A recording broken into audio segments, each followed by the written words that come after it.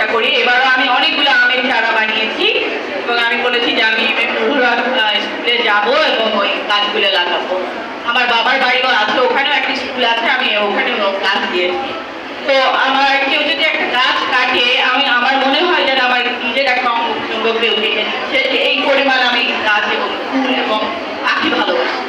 তো এই জন্য আমি এই উদ্যোগটা নিয়েছি এবং তোমাদের সামনে উপস্থিত হয়েছি। আমি একটু কিছু ফর্মাল কথাবার্তা বলবো, যেহেতু একটা গাছ বিষয়ের অনুষ্ঠান, সেহেতু আমি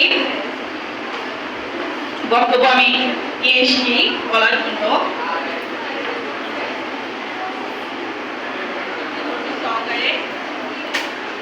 শুনো, যেমন আজকে আমরা বলতে পারি যে আজ আমাদের সামনে পরিবেশ একটা গভীর সংকট। এই যে কয়েকদিন আগে যে আমাদের একটা ঝড় হয়েছিল, রেমালের কথা নিশ্চয়ই তোমাদের সবার মনে আছে। আমরা জানি একটা পরীক্ষা দেখা গিয়েছে যে রেমাল থেকে বাংলাদেশ রক্ষা পেয়েছিল কিসের জন্য? গাছ। এবং কি সেই গাছটা কোথায় আছে? সুন্দরবনে। খুব কেড়ে যায়। তো এই সুন্দরবন গাছ থাকা আমরা জানি প্রতি বছর বিভিন্ন রকম প্রাকৃতিক দুর্যোগ থেকে আমাদেরকে রক্ষা করে এই গাছ। আমরা জানি যে এদেরকে, এই গাছদেরকে আমাদের কি বলা হয়, এই সংকট থেকে বাঁচাতে পারে একমাত্র গাছ। এবং এরা হচ্ছে কি আমাদের সবুজ বন্ধু। কি এরা? সবুজ বন্ধু। অর্থাৎ গাছপালা হচ্ছে আমাদের সবুজ। আশা করা যায় যে এই যে গাছ, এর গুরুত্বপূর্ণ সম্পর্কে আজ আমরা সকলেই কিছু না কিছু জানি। যে আমি এই আগে আমাদের হেডমাস্টার বিভিন্ন রকমের তথ্য বলে গেলেন, আমরা সবাই জানি। তো আমরা কিছু না কিছু জানি।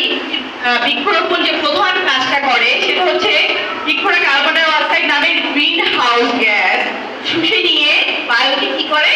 দূষণ মুক্ত রাখে। ওকে, বিনিময় দ্বারা আমাদেরকে কি দেয়? অমূল্য প্রাণবায়ু। কি আমরা যখন কয়েক বছর আগে করোনাকালীন সময় দেখেছি যে একটু অক্সিজেনের জন্য মানুষ কিরকম ধরনের অক্সিজেন সিলিন্ডারের জন্য মানুষ কিভাবে হসপিটালে দাঁড়ে দাঁড়ে ঘুরে, কিন্তু গাছ সেটা নির্দ্বিধায়, সে নিঃস্বার্থভাবে আমাদের মিলিয়ে যাচ্ছে। তো আরেকটা আমরা জানি যে বৃক্ষরোপণের গুরুত্ব, কারণ সবুজ গাছপালার রাশি আমাদেরকে কি করে? ছায়া স্নিগ্ধ রাখে। তোমার অনেক গরম লাগছে, তখন কি করো? একটা গাছের নিচে গিয়ে বসো। তারপরে কি করে? মাটির ক্ষয়রোধ করে, জলবায়ুর ভারসাম্যটা ঠিক রাখে। যেমন মাটির ক্ষয়রোধ, যেমন আমি বলেছি সুন্দরবনে আমাদের মাটি ক্ষয়রোধ করে। বাংলাদেশ যে প্রতিনিয়ত জলোচ্ছ্বাস, সেই যে বন্যাগুলো হচ্ছে, এগুলো থেকে তারা আমাদেরকে রক্ষা করে। পৃথিবীর প্রাণ বৈচিত্র্য সুরক্ষিত রাখতে কোনো